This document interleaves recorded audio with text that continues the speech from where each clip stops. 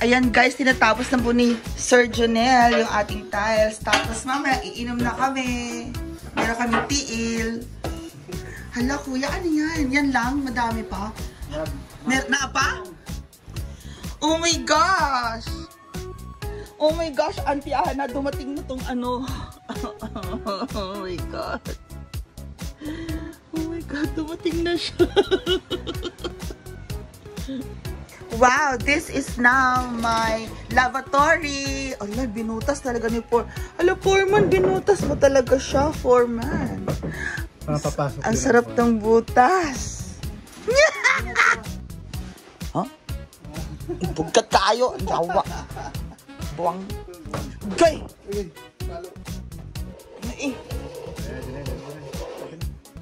Ibugkat kayo. Kasi ano to, natira to na hagdanan sa Gemelina. Sayang, ginagamit sa labas. Eh, meron pa kaming ano doon, mahogani. May mahogani, di ba? May mahogani na table. Huh? Hindi pa pasok? Ayaw pumasok? Oh my God. Ayaw pumasok. Kailangan ipasok mo, Jonel, ha? Kasi virgin pa yan, oy.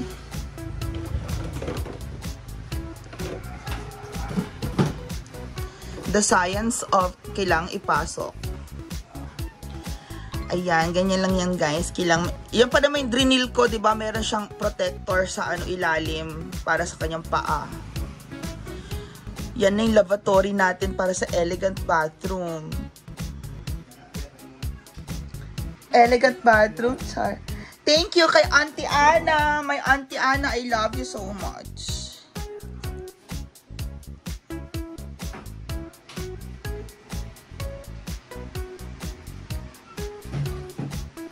Hala, nakita daw yung brief ni Foreman. Charot.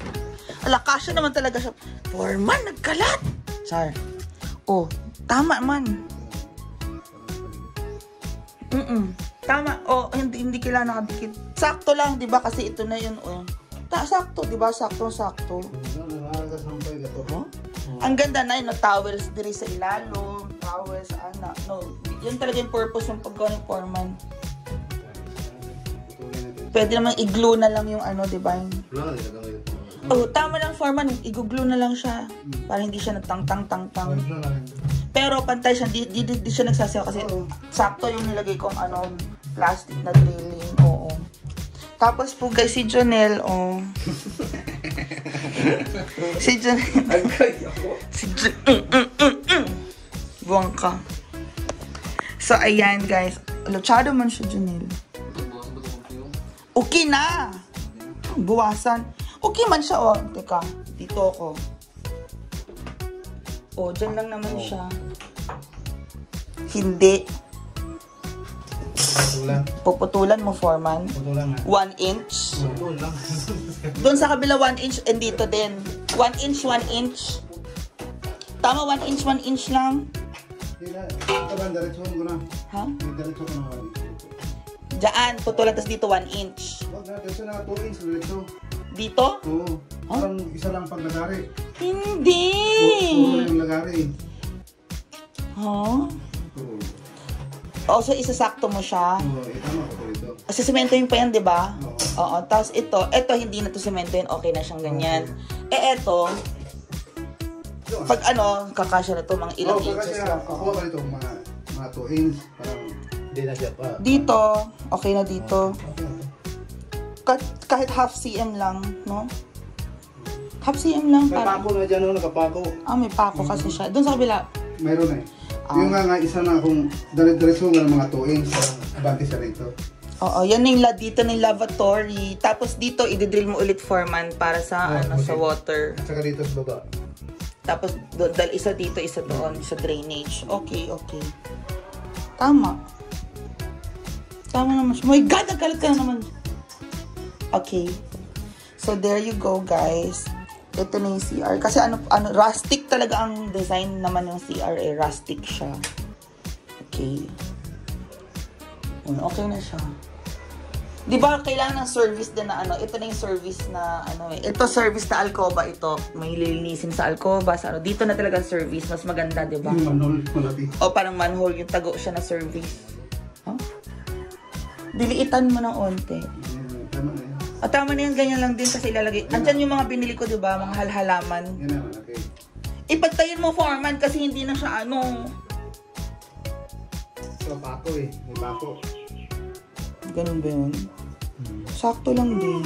Okay. Pero okay lang. Di 1 inch lang. Parang hindi ako makita ang mako ng bako. Mga Okay lang din kasi pako din ng ganun din yung mensanang no eh. Para pantay din yung sa paa. Tama. Alam mo guys, itong ruler na ito na binili namin. Oh, di ba? Hanggang pa to sa Mr. DIY. Thank you so much. Okay. Ha? Ano, pinalayas ako ng foreman. Alis daw. Alis, sabi niya. Buang. O, diba? Diyan ang ganda ng ano ko, ng aking curtains. Yawak. So, there you go. Ay, damit eh. Doon ang kalat. Ano yan? Yung sa CR. Kabibili ko lang yan. Di ko pa nagamit yung para sa CR na panlinis. So yan guys, meron na siyang alcoba. Oo. Si Foreman, bumaba na po ang rate niya ngayon. Nasa 200 pesos na lang po kasi may free lunch, may free dinner, at meron ding free na tanduay sa hapon.